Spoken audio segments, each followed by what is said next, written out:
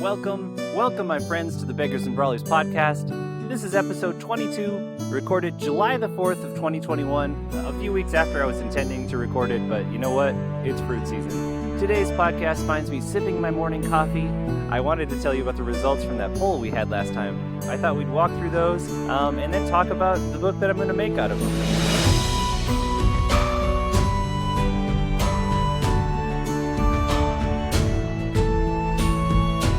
Alright, so let's jump right into it. Hopefully you got a chance to take that poll. If you didn't, I'll probably look at this a few more times, but I've started to plan the book based on what people said, so it'll be...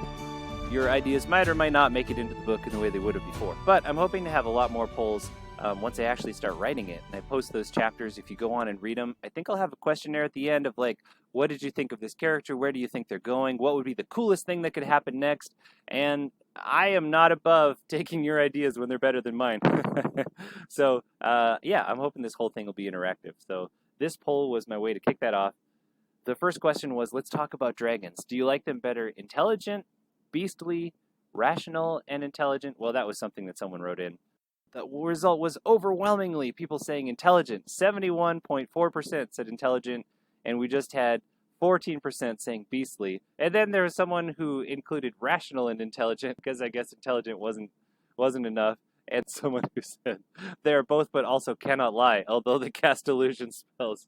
So I think somebody took this and they were like already thinking of an intellectual property that exists and they were telling me about it, because there's a few answers like that. But anyway, the results were obviously overwhelmingly intelligent. So that's great, because that's kind of the dragon I wanted to write anyway. So put that under my hat. Right, so this one, I said, would you rather read a story where there are enemies to be domesticated and defeated, or the key to overcoming the world's problems will lie in learning to understand them? And this is the one that I love y'all so much for, because overwhelmingly, there were a lot of people typed in responses here which were interesting, and they kind of all fit into the one that I wanted you to say, I'll admit it, that they're the key to overcoming the world's problems. And it lies in learning to understand these, as you said in previous question, intelligent creatures who are just very different than us. There was only 14% again who said they're enemies to be domesticated and defeated.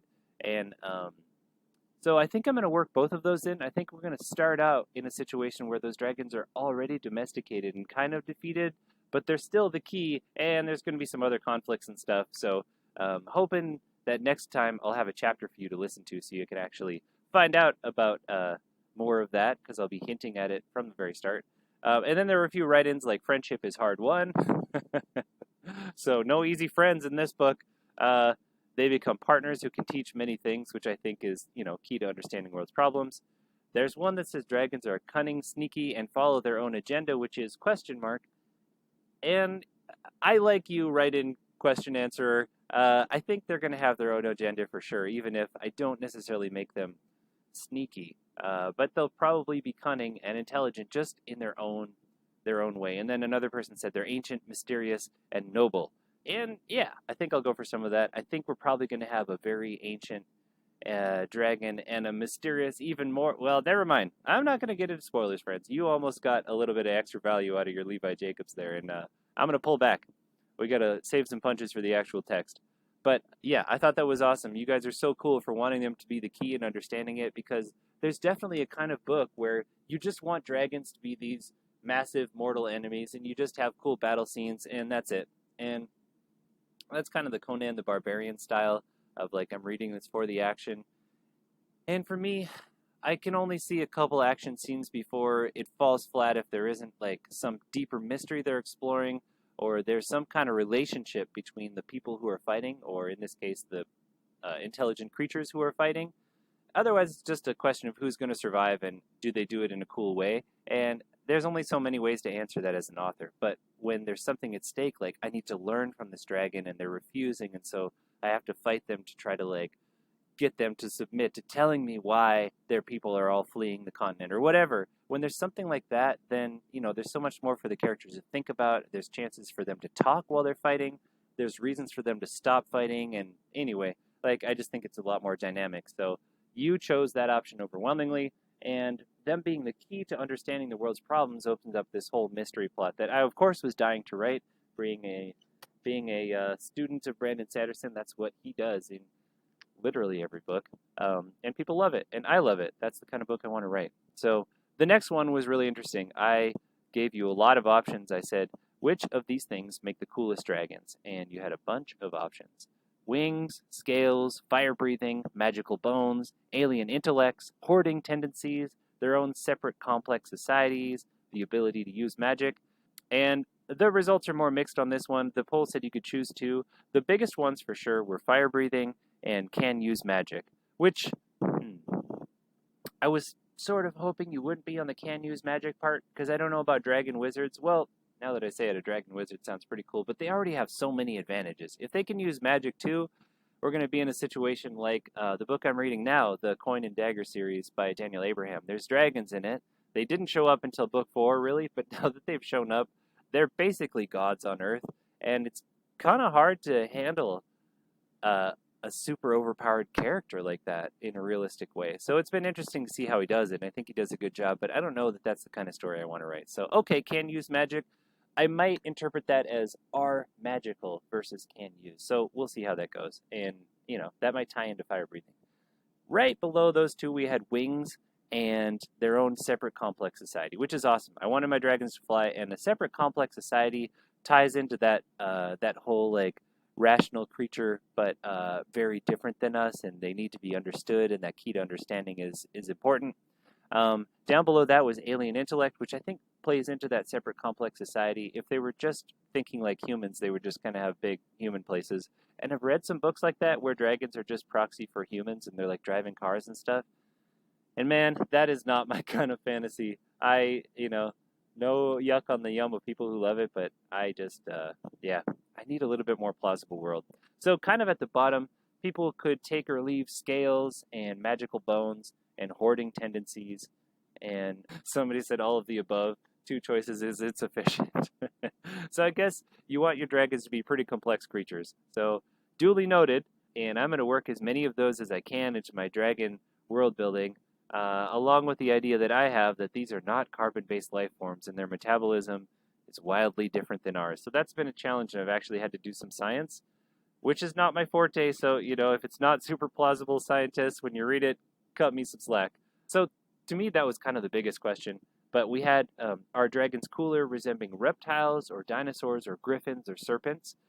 Because, there's so many kinds of dragons. We all love dragons, but sometimes they're worms, and sometimes they're like serpents. So you were kind of split on the 2 biggest ones. A few more people, well, let's build it up. So the least people said resembling griffins, and I get that. That was kind of a throwaway answer. A few people said resembling serpents, but I think I agree with you that when there's serpents, like the concept of them having wings and legs and arms doesn't really make sense. Then we had resembling reptiles, which is pretty big, and I think I'm going to have some pretty reptilian stuff in there with the way that they interact with heat. But the most was resembling dinosaurs, which I think makes a lot of sense, and I feel like maybe our mythology of dragons came from dinosaurs somehow. Like, doesn't it seem like a big coincidence, people? I'm just saying. And then the last one, well, second to last, the last one, which was kind of a big one for me, is which of these conflicts sounds the most interesting? And one was settlers learning to survive in the Arctic under threat from dragons and raiders. And this was the least popular, even though I think it's going to be cool. I am going to set this in an Arctic kind of situation. And then there was rebels and spies on both sides of a colonial rebellion against an old empire taxation, which sounds like a cool story to me. It doesn't really have anything to do with dragons. And a lot of people said that one sounds really fun. And then the most popular one was bards adventuring into the uncharted interior of the ice continent, seeking mythical dragons. And I made a mistake when I asked this question. I didn't put any dummy answers in there. I really wanted to write all of those. So whatever you chose, I was going to be like heartbroken that I'm not going to write settlers learning to survive in the Arctic under threat from dragons and raiders. So you know what? I'm just going to write all of them. I'm going to take all of those 3 answers you gave me as yes, and I'm going to make a book that does all of them. That's the plan. I think I can pull it off, but you know what? You're going to find out for yourself, because I am going to, be recording chapters of these as I write them.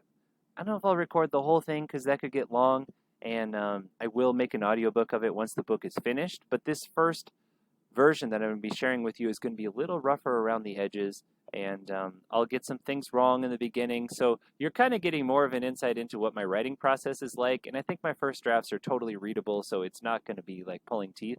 But I'm not going to put in the work to record a full audiobook until I know that the words are exactly how I want them to be, and that'll not be until after the first draft is done and I've stopped hitting you with these free chapters probably.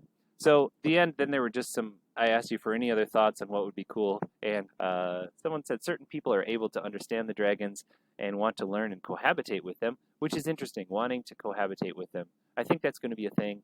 Someone said no heroes are perfect, they all make mistakes, and I'm definitely on that train. I don't want to write our like epic mythical heroes. I think our Bard character will be the closest to that, but man, he made a lot of mistakes, and he's going to keep making more in the course of the book. So someone said neither side aware that dragons are watching them and learning about them for the future. Yeah, and I think we're going to have some Dragon Overlord action in here. Someone said cave systems used for protection, which is a little bit out of context, so I'm taking that into advisement, cave system answerer. Someone says the bard's search is hampered by the dragon illusion spells until a magical bard sang a spellbreaker. So this is another one from the person who I think was telling me about their dragon IP when they said they are both but also cannot lie, although they can cast illusions. Okay, that's a story idea. Someone said, dude, ice and dragons, reptilian bodies, you got your work cut out for you. Yes, I do, but I love having this many ideas to swim in as I'm building up the world. Yeah, I love the fact that it's been interactive, that you got back to me and told me what you wanted to see, because I am in love with so many different story ideas and can write so many. But as noted, there were a few that I was really hoping you would get, and you did, which maybe is no surprise because you're listening to this. That means that you've probably read my books. You probably like the kind of things I write, and so, we're on the same page with what kind of stories would be cool. And we don't want to write that beastly dragon that's dumb and powerful and Conan has to chop his head off. I don't know, maybe some of that'll happen, but I think my dragons are going to be made out of stone, so there might not be much head chopping. Anyways, I thought that was pretty fun. In my own life, in this early fruit season, I have finished reading Children of Time by Adrian Tchaikovsky. It came super well recommended, and it was absolutely worth it. It's science fiction, so maybe that's not your thing, but it's like science fiction done so well. This thought experiment that's like played out to the nines and explores human society so well. It's like, if this happened, how would we react, and what would this be like? And he just did it super well. And there's a lot of pathos and good character emotions in there too, but mainly it's just this amazing head trip. I think sci-fi is really good for that in a way that fantasy isn't, and it's refreshing sometimes, even if I think my first love will always be fantasy. I've started watching something, Kim's Convenience. There was a little bit of a kerfluffle in the media about that, and some actors. It's about Korean Canadians. It's a Canadian sitcom, and the actors at the end, they just finished the last season and they're not going to make more, and there was some hurt feelings at the end of it. So it's kind of a weird way to get into a show from reading that, but I checked it out, and man, that first season was so good, and now the subsequent seasons are not as good, and I think I kind of understand why they didn't continue it. But for me, during the fruit season, they're good enough, let's put it that way. I just need my comedy to relax with at the end of a long, hard day, and for me, this summer, that's been Kim's Convenience. So if you've watched it, or if you check it out, let me know what you think. It's been pretty fun. So I'm looking forward to writing this book for you and taking all those ideas and mashing them into something that makes good sense as a story. I got a lot of long hours of driving to do that. So until next time, when I hope to have a chapter for you, I hope this finds you well and in the company of good books. Until next time, read on. For more information on Levi Jacobs and his books, including the award-winning Tidecaller Chronicles, please visit www.levijacobs.com. Or for a free audiobook, only available to podcast listeners, go to www.levijacobs.com/free. Thanks for listening, and read on.